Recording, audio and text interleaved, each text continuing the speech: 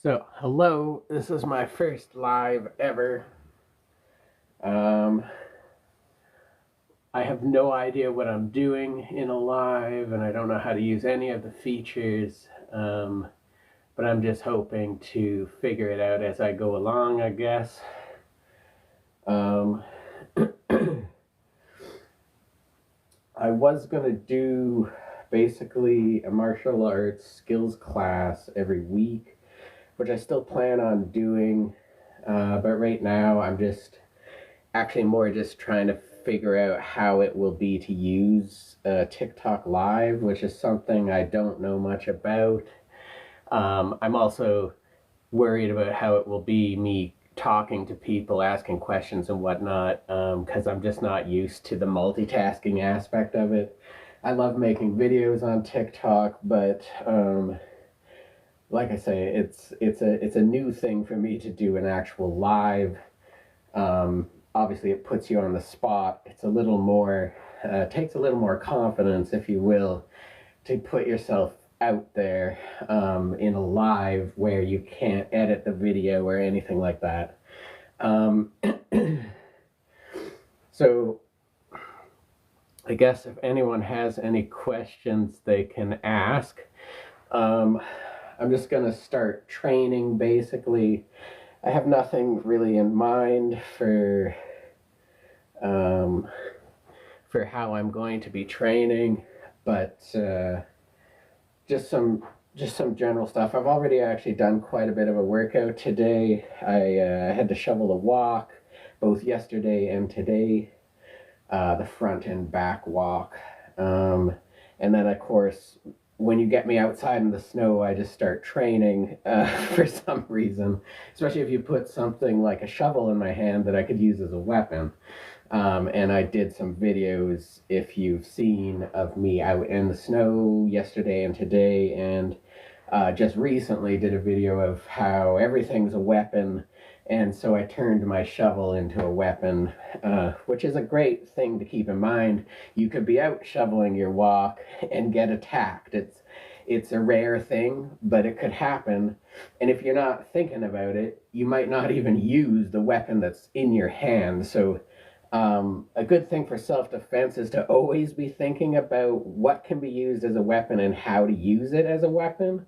And I would actually say that everything, like I said in the video, is usable as a weapon. Obviously, certain things are better as a weapon than others. Anyway, so before you train, you should always do a warm-up or stretching, and preferably both. I did a video, a 30-minute video on a warm up, which I was kind of testing out how I would do a live class. And so I posted that video as three parts, I think, because it was 30 minutes long. But it goes over like everything that you should do to warm up your full body and to get stretched and ready to train. If you don't do that, there is always going to be the chance that you're going to injure yourself. Um, I would honestly say if you train every single day, it's not going to be as important that you get the perfect warm up, but at the same time, it's still you still should do some warm up, and if you don't, you're putting yourself at risk for injury. So I guess in spirit of that, I should just start warming up a little bit. I'm just doing like, these are not. I mean, I'm trying to have good technique, I suppose, but I'm not worried about technique here. I'm just getting the muscles moving, getting the energy flowing, you know, whatever you want to say. Just some basic kicks for me. Everyone's flexibility level is going to be different to start with. So for me, this is not a hard kick for me. It's not a hard height level for me to hit. If I was pushing myself, really hard, I'd be going up like that. But that's not what I want to do in a warm up, even though I just did it as an example. Because you could injure yourself by pushing yourself too far and too hard when you first start working out. Um, Hello, everybody. Um, so, so yeah, you just wanna do some low kicks. What for you is low kicks? Like I say, some people their low kicks or their warm up kicks are still going to be higher level than a beginner student, say. But that's not what's important in a warm up. You're just trying to get the blood flowing, get the muscles ready and prepared to do real training. So in the same regards, I can do just some punching movements with my arms or knife hands, stuff like that. Just hand movements. They can be done slow. Tai Chi is great as a warm-up. It should also be mentioned that Tai Chi does not have to be done slow. It's a very common misconception that Tai Chi is slow. Tai Chi equals slow. That is not the case. Tai Chi is the fastest martial art I've ever seen. But we practice slow. And going slow is great for warming up as well. So a great warm-up is even just any Qigong routine or any Tai Chi routine. So again, in regards to that, I'm going to do just a very basic Tai Chi routine that I was taught at Tenkido-kan. So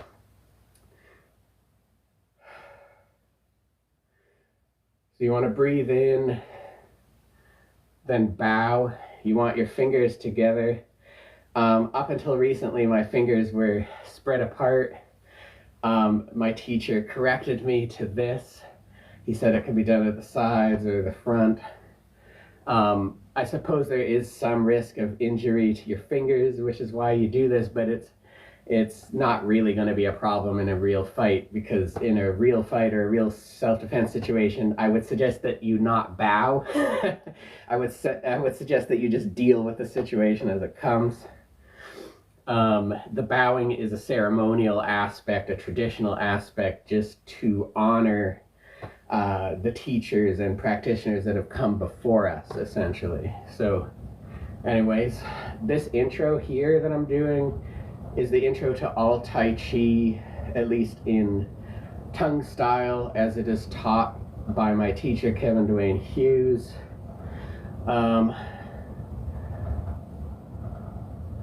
So you come down. When you go up, down, up, you want this, your hands about shoulder width.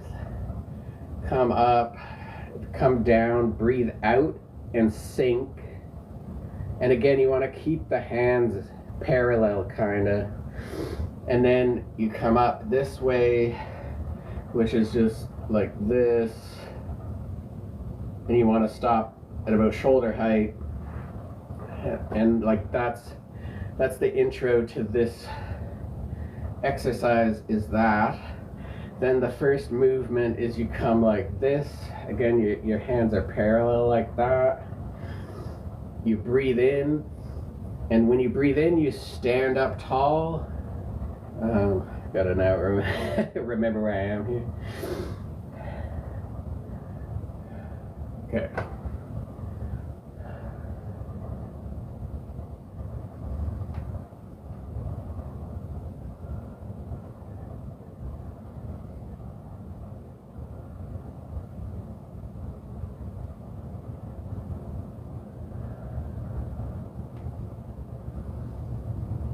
This is called waving your hands in the clouds. The camera angle is a little different here. Normally you would just do one repetition of that, but I'm just doing it more to show you the technique properly. But like I say, the camera angle is in such a way that my hand looks like it's in front of my face, but actually, see how it's actually right in front of my throat. So the top hand is throat level. This hand is more like where you'd be striking somebody's ribs. And see, so this could be a block, say, or a redirect, and then you're striking with a palm strike into their ribs. But see how this looks like when you just watch Tai Chi, especially because it's going slow, this looks non-violent. it looks non-useful in self-defense, right? But then somebody comes in to punch me and I go like that. Now it's quick. Now Tai Chi is finally quick. Now Tai Chi works in a fight. But when you're doing it slowly, it's hard to see that. And there's a lot of wisdom behind practicing martial arts slowly. It allows you to get the technique proper before you start going fast. If you're just going as fast as you can from the start, and you'll see that in any martial art, no teacher, no self-respecting teacher is just going to watch their student just going as fast as they can, getting the technique all completely wrong on their first day on their first day in class, right? So always they're going to have you practice no matter what it is. It can be thrust punches, vertical fist, a chain punch. They're not going to have you practice it fast at first because you're going to develop bad habits. So the going slow in Tai Chi, although it has many benefits, one of those benefits is practicing proper technique. Proper technique before you start going fast. And it's very easy to take what you're doing slow, especially if you've been doing it for, say, years. You've been practicing this movement for years. It might even just naturally, in a self-defense situation, come out really quickly, and now you've broken the guy's rib.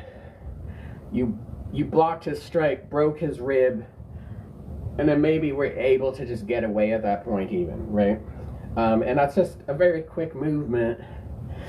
And that's just an example of how Tai Chi is actually useful in a fight, but it has to be taught in a way that is combative. And often Tai Chi is just taught for health benefits, and Tai Chi is great for health benefits, but there's just so much more to it, especially if you are interested in martial arts or self-defense. Tai Chi is a very, very good option for self-defense. I'm always, I do other styles of martial arts, so I don't think Tai Chi is necessary for self-defense. I just think Tai Chi is a really good way of doing self-defense that also has this added benefit of giving you great health, longevity, endurance, and some people would say chi, but chi just means energy. So really, when we say somebody's chi is strong, say, in Tai Chi, what we're really talking about is the energy systems in their body, and we know that these exist through science and through medicine. There is, for instance, an electromagnetic field all around my body, all around your body, and all around the body of anything that's living. Even a single cell, if it's a living biological cell, it generates an electromagnetic field. So in Tai Chi, what we are trying to do, or in Qigong, is to harmonize this energy, to strengthen this energy, and to learn to control it to what degree we can with our mind. This is not Jedi mind tricks. This is not a Jedi force push. This is not no-touch knockout crap. The people teaching that, I really don't believe in. I don't get behind what they're teaching. I think it makes traditional martial arts look ridiculous to have people like that teaching that stuff. And then again, if you can prove it to me, if you can come up to me and no-touch knockout me, then I'll believe you. But I don't think there's any chance of that ever happening. So I don't want to give the impression that Chi is some mystical, great force like a Jedi could use to lift objects and whatnot. It is not that strong. But at the same time, there is this energy in your body, and your mind can affect it. And the stronger your mind is, the stronger your willpower, the stronger your concentration and focus, the more you can harness that energy. And then you can put that energy in your strike. You can have the mental state that this strike's going to be faster, this strike's going to be more powerful. And there is studies that show, like, just thinking you're stronger, for instance, makes you stronger. Thinking you're faster makes you faster. It's actually something that's measurable. So, and I'm sure, I'm not even looking at the comments because I'm sure there's some troll in here by now. But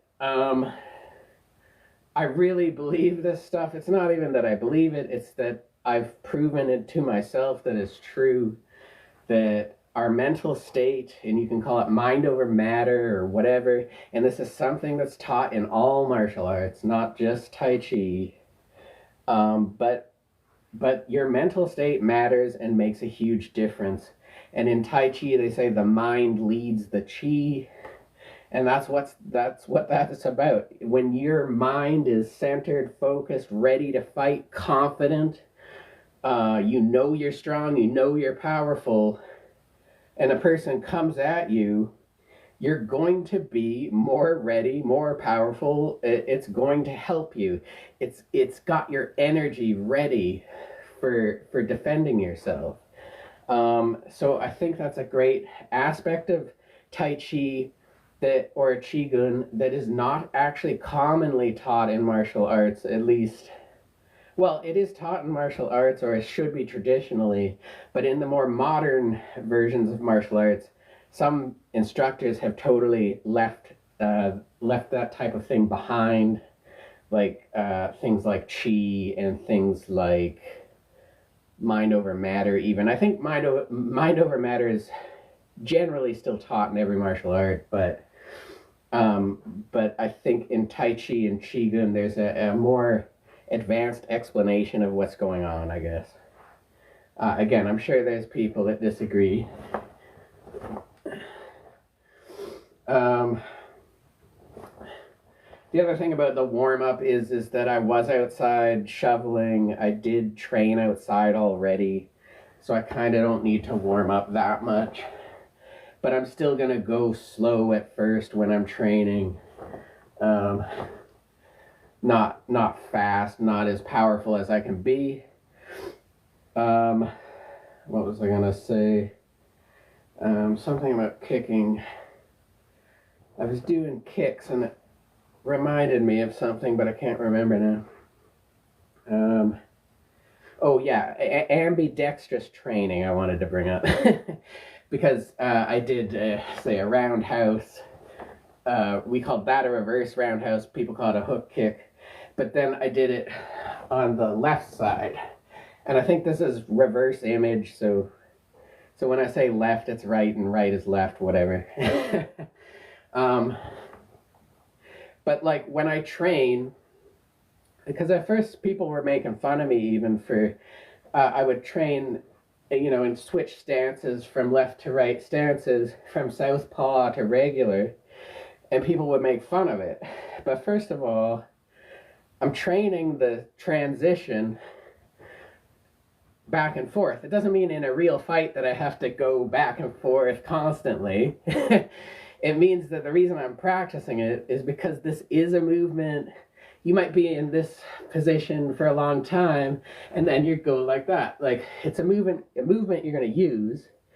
And so when I'm training, I like to switch back and forth between left and right stances, in order to give me ambidextrous training and the ability to transition easily from left to right in a real fight, when it matters, when it counts, all that stuff.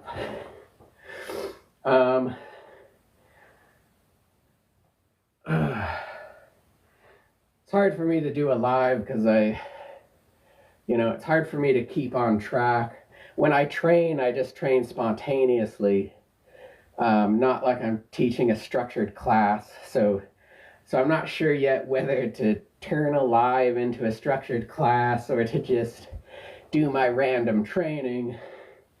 But when I'm doing random training, it's kind of hard to explain because I'm just not even really thinking about why I'm doing it. But is the way I train a lot. I do believe in spontaneous training. I think that a self-defense situation is a spontaneous situation. So when you're training, to train in a way that's spontaneous, like I don't know, I'm just thinking of an opponent attacking me, and I don't know how I'm going to block. I don't know how I'm going to strike. I'm just literally spontaneously reacting to things I'm projecting in my mind, like strikes and movements of my opponent that I'm just imagining, which you might think is strange, but I think it mimics, because I have to do a lot of training by myself. If I had a partner, I'd be training with that partner as much as I could. I hope to get some students eventually where therefore I would have partners also to demonstrate techniques on them, and also just to improve my own training, to have someone to spar with, to have somebody to practice with resistance, to pressure test certain techniques and whatnot. Just gonna look at the comments. Wow, what are you doing? It's called Kung Fu. Thank you for coming.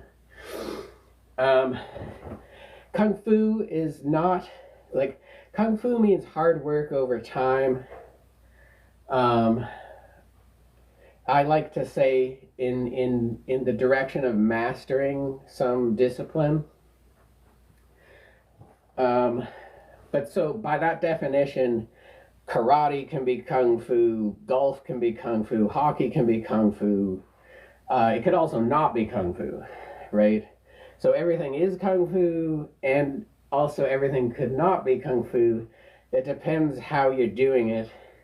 If you're putting in hard work over time towards a certain goal, then it becomes Kung Fu. And when you've mastered it, they say this guy has the Kung Fu of something.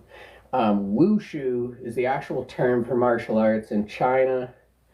So technically it's kind of iffy to use the word kung, or the words Kung Fu for martial arts, but yet you can have the Kung Fu of Wushu, meaning it is. So it's hard to explain, but the term Kung Fu is just a blanket term that can be used for almost anything when it's done to the degree of mastery, basically. So I'm doing wushu or karate, or karate. I don't get big into like I pronounced that wrong and that somehow means I don't know anything about martial arts, or I get one little piece of history wrong and somehow I don't know anything about martial arts.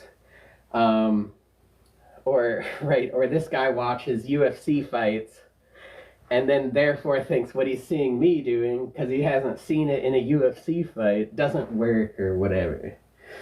I get a lot of people talk to me like that and make comments like that. But I find them ridiculous. I don't think you're a serious martial artist if you're on TikTok making comments like that to people that are serious martial artists.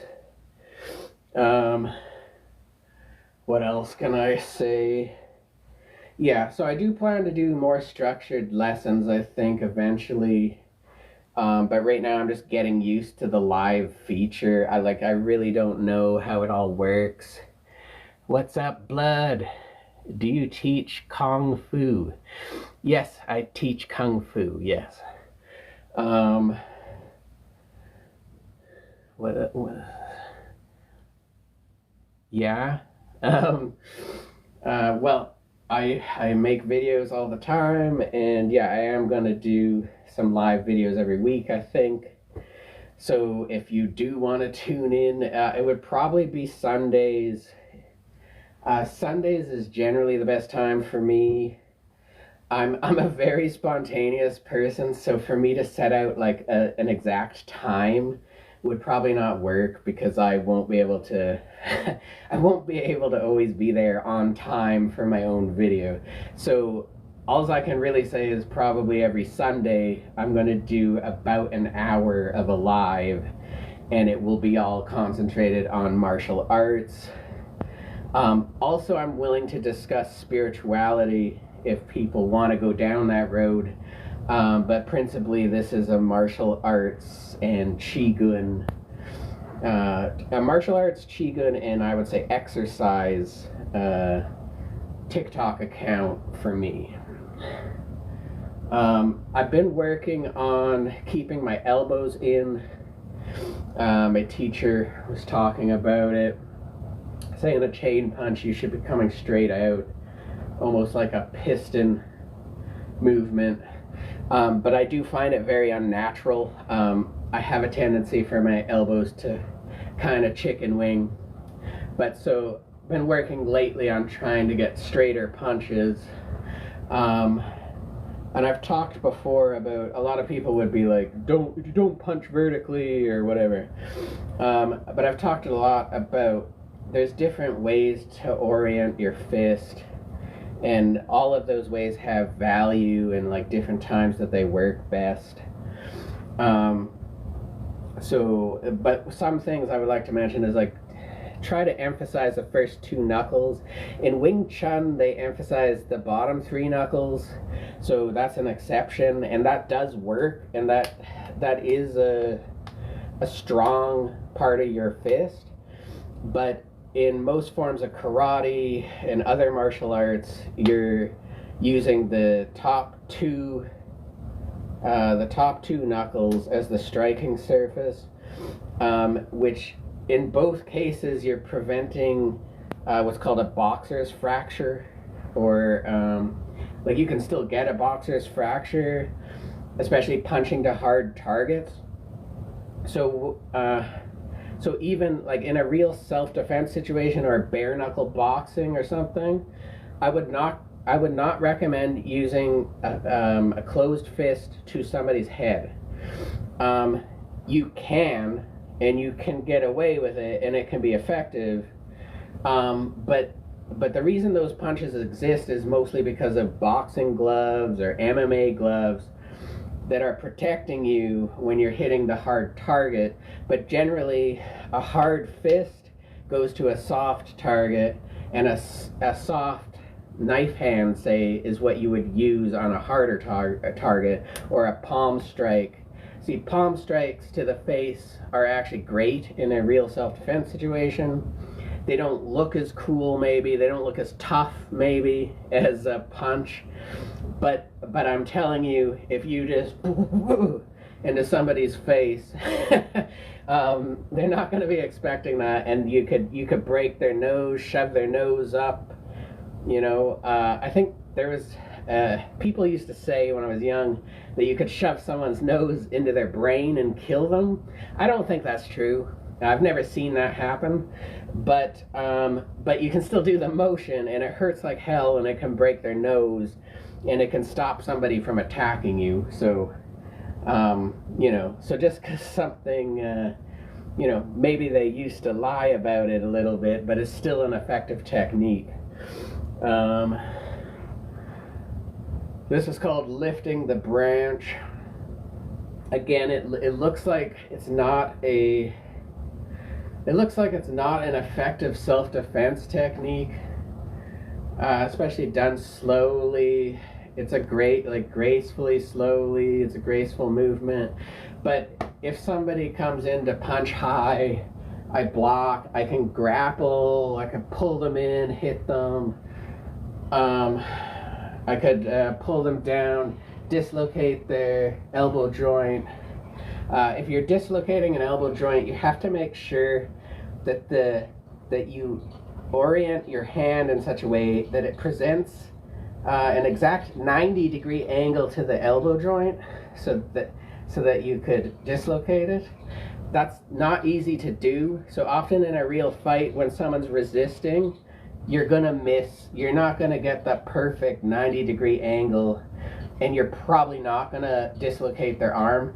But if you do get it, and if you get better and better at practicing this, then you might actually pull this off quite a lot of the time. And that's a fight ender right there. That allows you to get away. There are rare cases of people using drugs or people drunk, or like you just happen to run into a Navy SEAL or Delta Force um, army guy or something. But otherwise, when you dislocate someone's arm or shoulder or anything, that's pretty much taking them out of the fight, and then you can just get away and save yourself.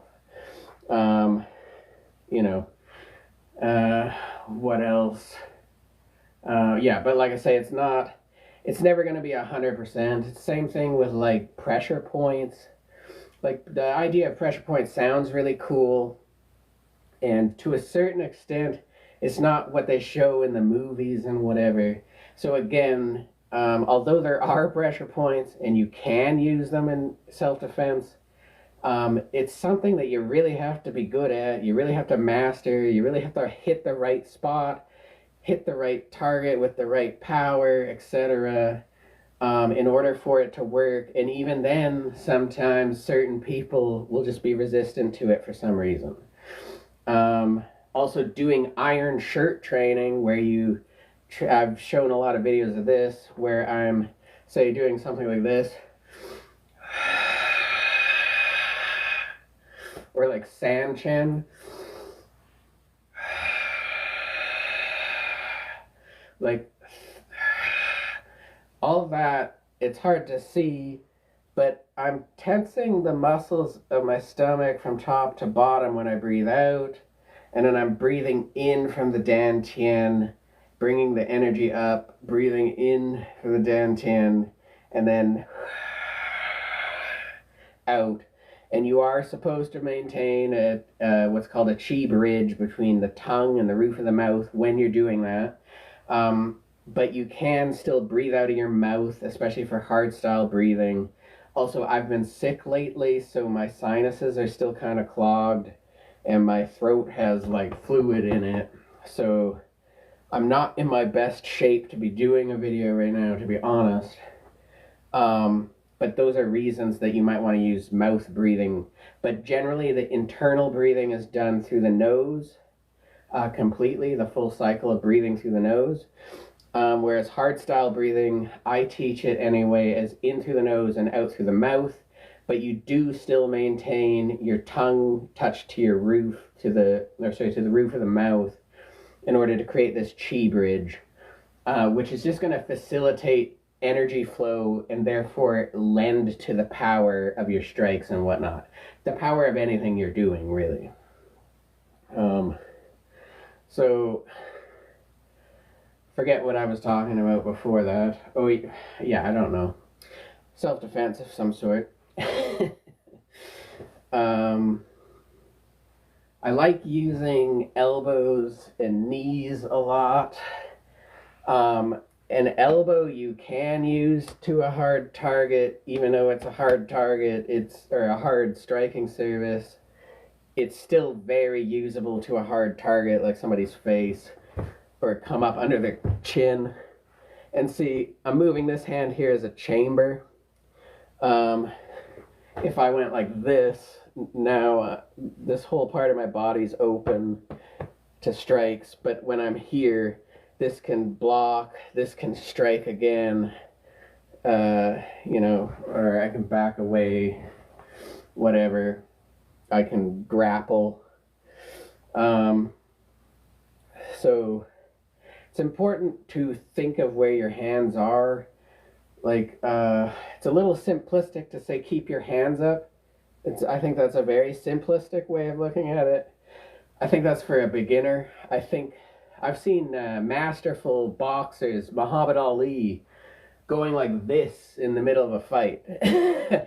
Now, I'm not saying to do this, but I'm saying that Muhammad Ali's skill and speed was so great that he could do this and still knock you out and you could not hit him.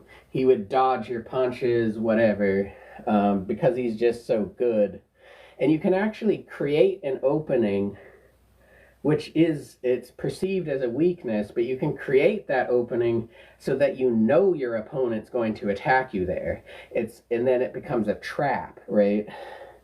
Like if I leave my, there's a movement like this in Tai Chi where it looks like you can fit a strike through the middle, right?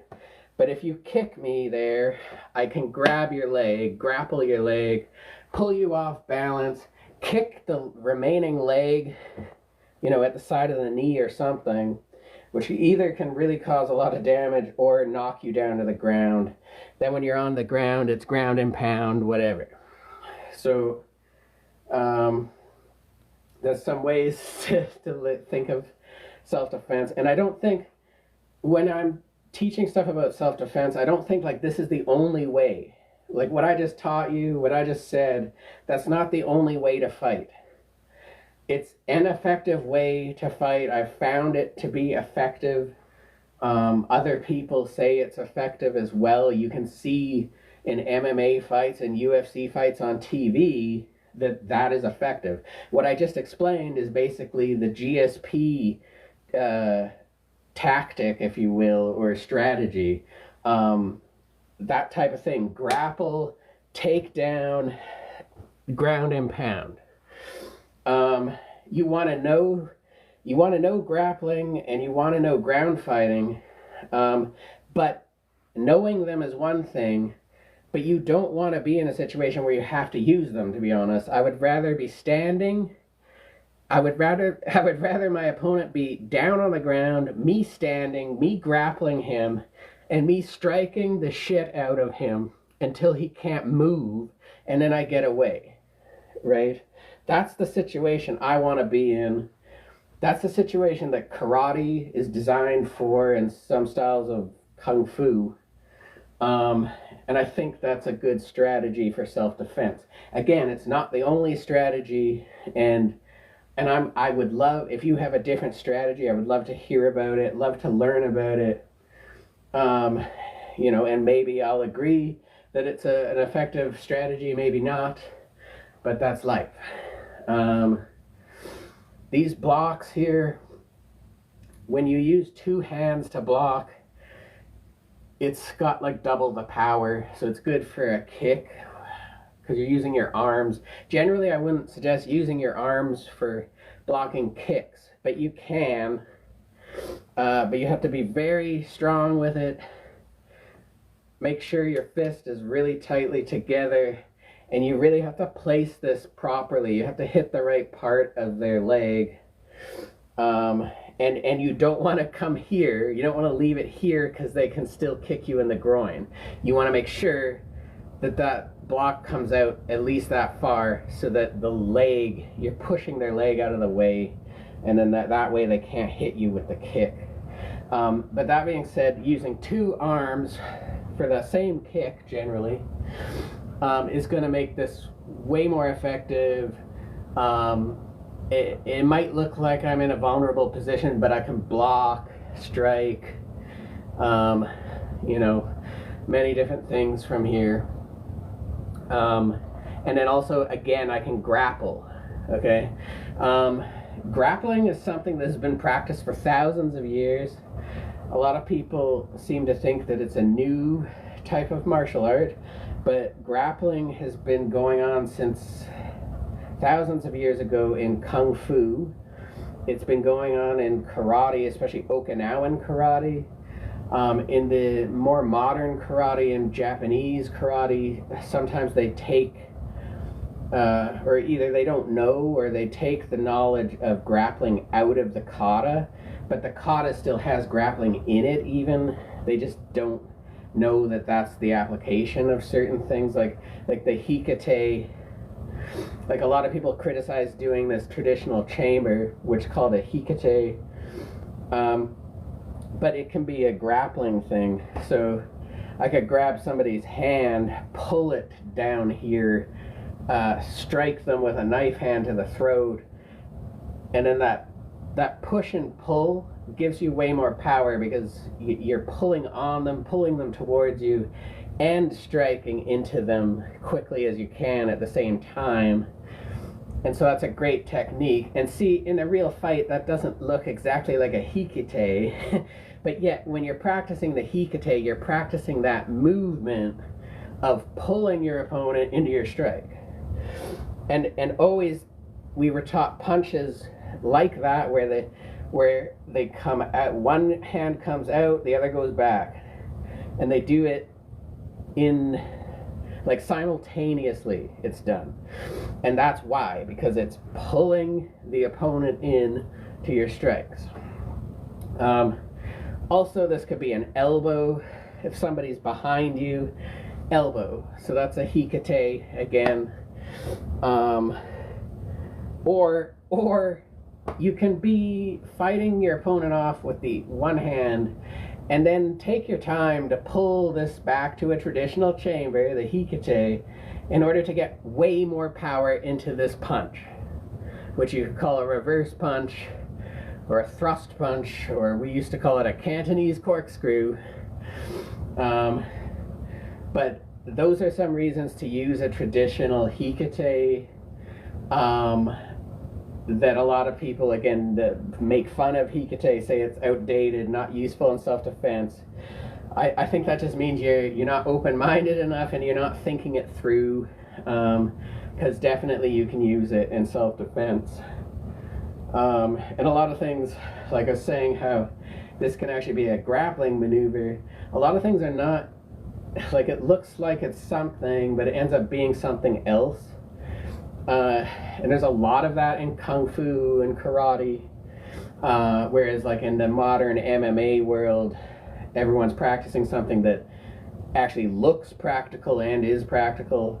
But in Kung Fu, we practice some things that don't look practical, but they actually are. I just wanted to point that out, because again, it seems like a big misconception for many people. Here I'm just doing some eye strikes. When you're doing a strike to somebody's eyes, you should be concerned about your fingers getting broken or hurt or grabbed. But it's, if you do happen, and this, I would only do this in like a really dangerous self-defense situation, but you can eye rake somebody's eye like that, and just that movement, which very quick, could be the end of that fight. It could be the end of that guy seeing properly for the rest of his life. That's why it's like a serious technique, so I wouldn't just use it for any reason, but it is usable and very effective. But I would just make sure that you're doing it in a way where you're not gonna break your fingers. You can do like a poke more like that, or if you're doing the eye rake, I would keep your fingers very loose. If you're poking, you want, and you can poke like that, you want firm hands. That reminds me, there's like a salute in one of the forms from my first style of Kung Fu, where you're doing this,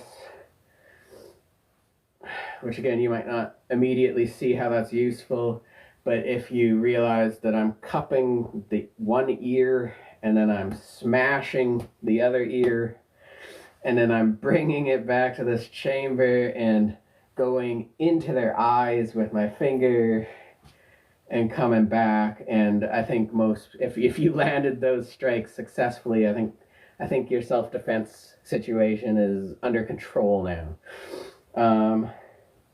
And again, these are just like 1-2 movement techniques that could be very, very dangerous and very useful in a fight. Yes, this is my first, well, not my first live, but my first live by myself, I guess. Yes, is it Zuki King or Zuki King? I'm not sure how to pronounce it, but yeah, I don't do lives a lot, so I'm just getting used to doing the lives. Use their momentum against them. That's very big in Tai Chi, very big in Aikido or Aiki Jiu-Jitsu. But it's used in all forms of martial arts too. It's a pretty common strategy and an effective tactic. Zuki King. um, yeah, I don't know. So I'm just kind of winging it, just kind of following my own train of thought as to self-defense here. Actually, I was trying to just train, but I ended up talking about self-defense because really the two things are very connected in my world. What about arm responsibility? Well, I was talking about false openings. I'm not sure what you mean by arm responsibility. Like, do you mean like keeping it in a position where you can block from? That's what I think you mean.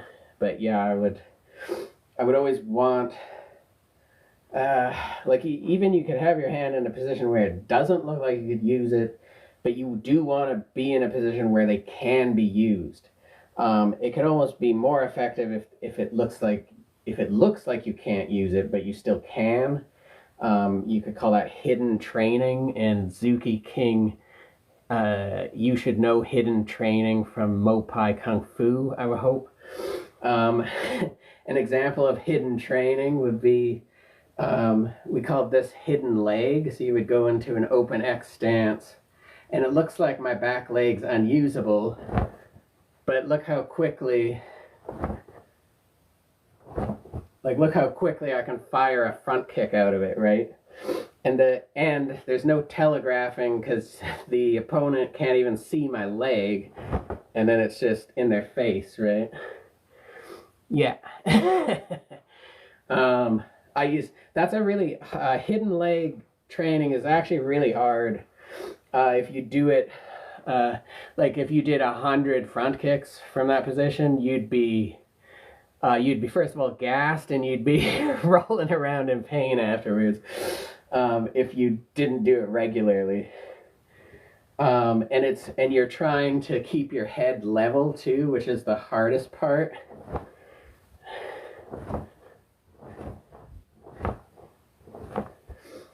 Which,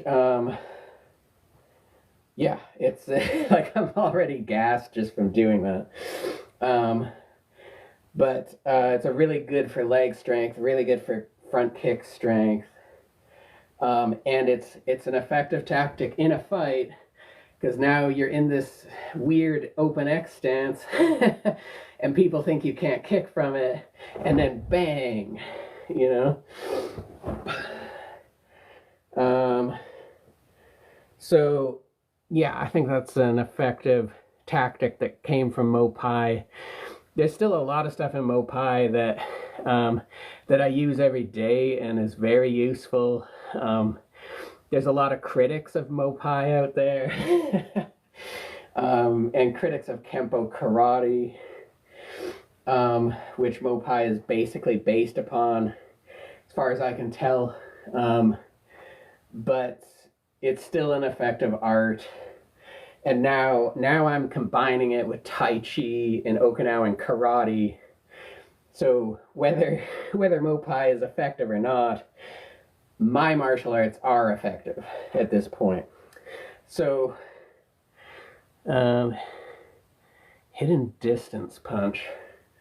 Not sure if I remember that. Hidden distance punch. Yeah, I don't know what you're referring to. It's a hidden distance punch sounds familiar. Yeah. The martial arts I think was great in Mopai. I think the philosophy, like the true philosophy behind everything, might have been just to make money or something like that. I don't know. And it kind of cheapened. It had this very almost religious feeling to it, and yet it ended up being more like just a business trying to make money, which there's nothing wrong with, but it seemed a bit more like conning people in a certain sense.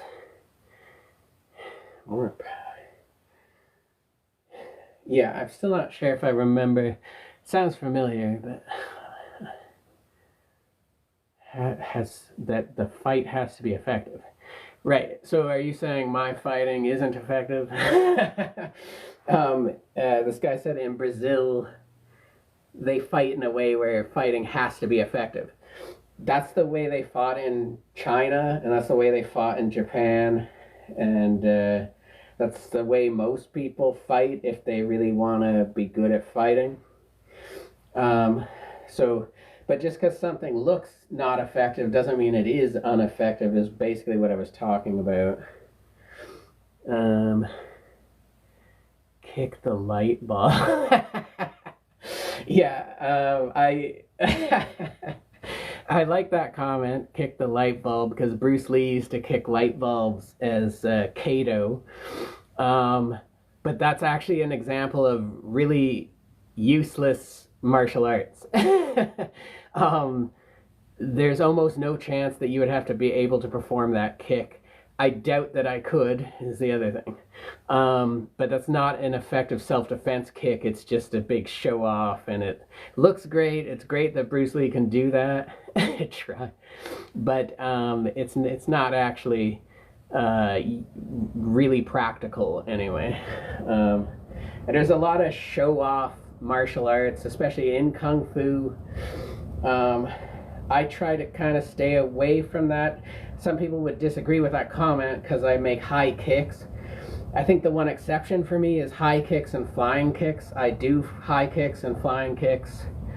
I believe they can be used in a self-defense situation, but that you have to practice them a lot if you're going to use them for that. Because there is various dangers and what's the word, weaknesses to doing that. Like if you do a flying kick like that, you're getting a lot of power from a flying kick, but my balance is at an all-time low because I'm not even touching the ground. Being on one leg is bad for balance, but not even touching the ground is even worse. If somebody sweeps my legs out when they're not touching the ground, I'm going down. So you want to time, if you're going to use that in a real fight, you want to time that properly so that your opponent is not ready to sweep your legs out or whatever. So that's an example of how you can use a flying kick, but you got to use it properly, and you do have to practice it over and over again. Because if I, go to do this kick and then I haven't practiced it, I'm gonna fail. I'm gonna fail, say, even 7 times out of 10. And in a self-defense situation, that can mean I'm dead. So that's not good enough, right? Just like that other person said, you want self-defense to be effective. If you're using martial arts in self-defense, you really do want them to be effective. And yes, you should be like water. Bruce Lee said, be like water, my friend, and all that. Tai Chi is almost, if you think about it, like doing martial arts in water. And you can actually go in a pool, sink yourself to the bottom, and do Tai Chi or Qigong movements underwater to give you a better feel of how you should move. Even now outside of water, you want that feeling that you actually are in water, and eventually you can actually feel the air pressure and whatnot when you're pushing. Switch kick. Yeah, see, I always called that a switch kick, and then right, MMA has like a totally different switch kick. And they called that switch kick, what is it? They call it a question mark kick, right? Because generally this is thought of as like a feint, although it could be a real kick, and then you come in with a roundhouse right after. But the MMA people call that a question mark kick, I believe. But I was taught it in Mo Pai as a switch kick. And I think the switch kick in MMA is like, or I forget what it is even.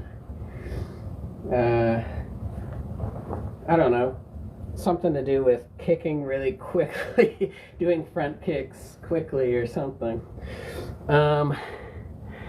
But yeah, I don't get too, like some people get too rigid on like what they call something. And then again, they'll be like, oh, this guy doesn't know anything about martial arts because he called that kick a different thing. The 6 elbows. So your first elbow is up. Again, target would be like the chin up. Then you want, I'm not sure if they taught it this way, but my current teacher is saying to like kind of allow that momentum to bring you up and then slam it down. So you'd go under their chin, then you're slamming down to the solar plexus area. Boom, boom. And then say there's an opponent bear hugs you from behind, boom. Boom, boom, boom. Then you smack the guy in front of you with that elbow, and then and then hit him on the way back again. And then say that guy behind you is finally getting up off the ground and tries to grab you again on the shoulder. You go like this to actually take his arm off of you, and then you could hit him with a bunch of strikes or something after that. So yeah, that's a drill from Mopai called the 6 elbows. You expose your body and face in this one moment that you saw on a video that's live. Thank you for coming out, sir. like, is this what you do all night? You go find people that are actually working out, actually training, and I'm betting you have no training at all, sir. And you come and make fun of what I'm doing, saying that my body is open, when we've even talked about how having an opening might be on purpose so that I could catch your leg, catch your strike, grapple you, take you down to the ground, and finish you off. But yeah, I exposed my body, I'm sure, probably more than a few times in this video. Let's see your technique. Let's see your live video. Okay, Jonas Trinidad, please, you're 50. I'm actually 43 years old. Most people don't think I look that old, but your guess is, I guess, better than most people's would be. I like that comment. So if I'm 50 years old, does that mean I stop training? Sorry, there's some weird thing here testing that I'm not a robot. What?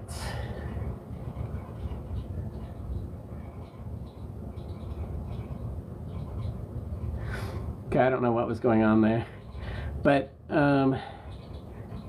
yeah. But yeah, so if I'm 50 years old, I'm just supposed to stop training, give up on life entirely, sit on the couch, whatever. I think 50 years old is a great time to start training, especially if you're not training. Really, if you're not training, no matter what age you are, you should be training. That's one thing I've learned recently. And by recently, I mean about 4 years ago now, that I've been training really hard every day.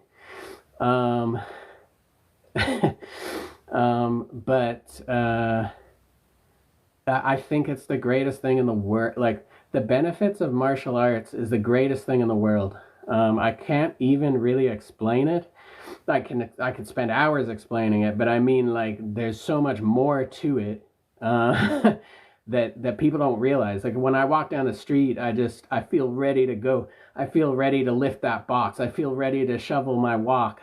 I feel ready to get in a fight. I feel ready to defend myself. I just 100% all the time feel that way. It feels fucking great. I don't know why someone wouldn't want to feel like that. I feel confident. I feel powerful. I feel strong. And it's all because I train. And if I just allowed, you know, the fact that I'm 50 or whatever to make me not train, that would be such a shame. Such a shame. My teacher is older than me. Many great masters are well into their 50s or 60s. Sometimes they're 80s and 90s, and they still practice every day. And they're great teachers. They might lose, and this is normal to lose some physical ability as you get older, but they're able to teach things that that a 20-year-old black belt instructor can't, right? So respect your elders. Respect your elders is what I gotta say. What's up, eyebrows? Okay. I bet you're quick. Maybe. Depends how other people think of it. Yeah, I don't know what else to say. I was sitting that whole time there that I was talking to you guys. Try to show this. I was like this in this position. So it's almost a position you can rest yourself in, but you're still putting a lot of stress on your buttocks muscle and your thighs, and you're getting a really good stretch to the ligaments and tendons and whatnot in the knee area. So I like to just sit in this position. It's really good for kicking strength and kicking flexibility, and then you can move into, this is like an assisted low back stance. The assisted part is that I'm touching the ground, but again, this is great to stretch the what do you call it, not the hamstring, the groin. Then you want to do ambidextrous training and do it on the other side. So yeah, getting back to ambidextrous training, anytime I use my left hand, I then try to use my right hand the same amount type thing, and with my left leg, etc., in order to keep both like body symmetry in my muscles, but also just balance in the strength of one side of my body to the other. And making both sides of my body able to be used in self-defense.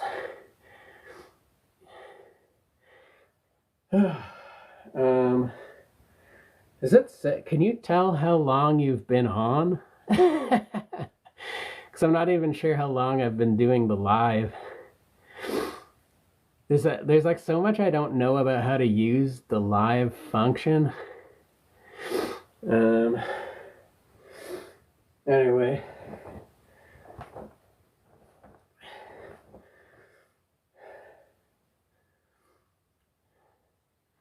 why is my name Asian? My name is not Asian. My name is Brad Coots. Wu Ming means anonymous in Chinese.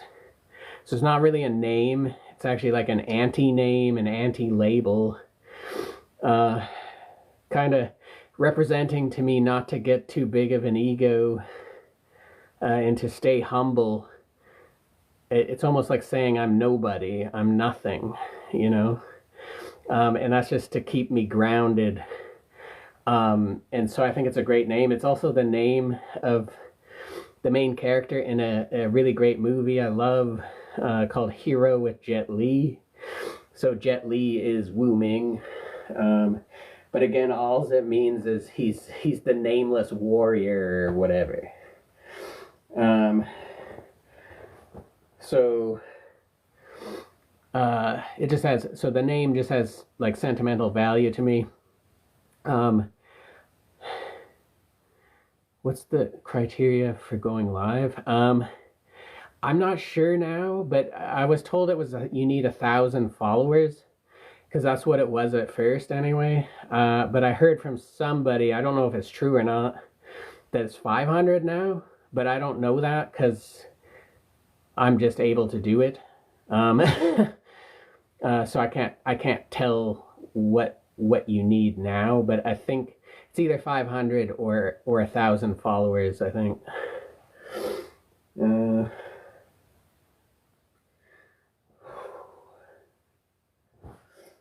Here's something I want to talk about. In sparring, I found the crane stance to be deceptively useful. People people, like you say, like Karate Kid, crane stance, people all make fun of that shit, and everyone thinks that's not, like, I mean, there's many parts about that movie that are not real, but the crane stance is a real stance, and to use it in sparring, it's not going to be used in the way you think. Although, yes, it's a great setup for a front kick. And I think, what is it? Alex Machida or whatever actually did the Karate Kid thing in an MMA fight. But that's not, I mean, you could think of it as like somebody coming to choke you, you doing that, and then kicking them in the solar plexus or something. But what I used it for a lot in sparring was just blocking kicks. Every time someone came to kick me, I would just go like that. And then my leg's there, so I'm in a position to kick. I'm in a position to come into a different stance. I can go back or forward. I can regroup, get ready to block, and all that stuff. It does put you on one leg, so be careful, people sweeping that one leg. And it's a transitionary stance. We practice it like this for balance, for strength, for body conditioning. But you don't do that in a fight. You don't just sit there in a crane stance in a fight. No. But you use the crane stance periodically as a transition between a kick or a block or a knee or whatever. It's just you're only there for a little bit just to block that kick, block that kick, block that kick, block that kick. And like I say, this is really effective in sparring. Is every time they come at you, just block that kick. And you're blocking your groin, which is one of the most valuable areas. So, yeah, a lot of people make fun of the crane stance, but I just wanted to point out that it is actually very useful, just like a lot of things in traditional martial arts. I've never been in a real fight. I've never gotten that comment before. That's bullshit. Like you know me. Very, very for long arm methods.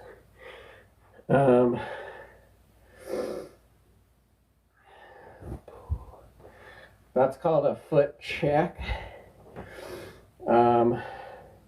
So if you catch a front kick early, you can foot check it, and you can actually slam down your foot on top of on their metatarsals, and that can break their metatarsals. That could be very painful. Yeah, anyway, I'm thinking I'm like losing power on my phone even, so I'm probably gonna go offline, and like reassess what's happened, and hopefully tweak how I do lives, to make it a better experience for people, I guess. Are you allowed to teach children or just adults? Now, since the incident. There was no incident, and yes, I can teach children or adults. I would say I would specialize in teaching adults because there's certain things I wouldn't want children to know, because they might go hurt somebody with it. And also, there's also just more advanced training that you can't even start with a child. I think it's great to get children into martial arts, but it's just that, like, where I would focus personally, the people I would enjoy most teaching would be adults.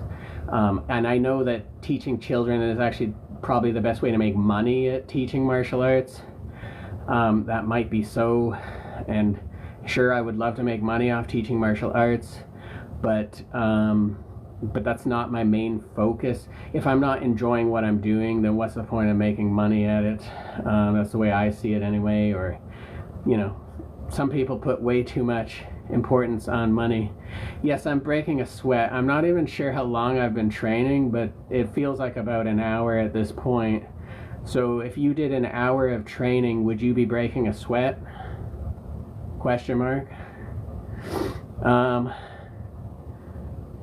Yeah, I would have a different class for kids, definitely. Like a different structure. Certain techniques I wouldn't teach because they're too dangerous, whatnot.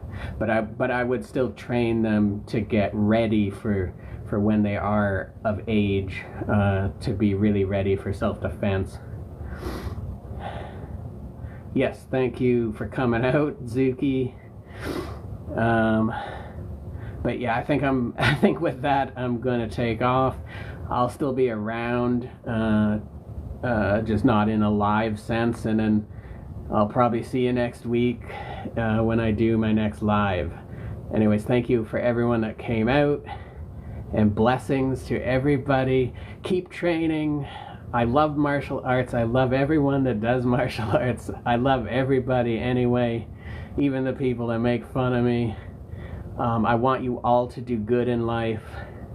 And I believe that the best my life can be is when I help other people have a better life as well. Anyways, blessings, and forgive me if I don't know how to turn this off.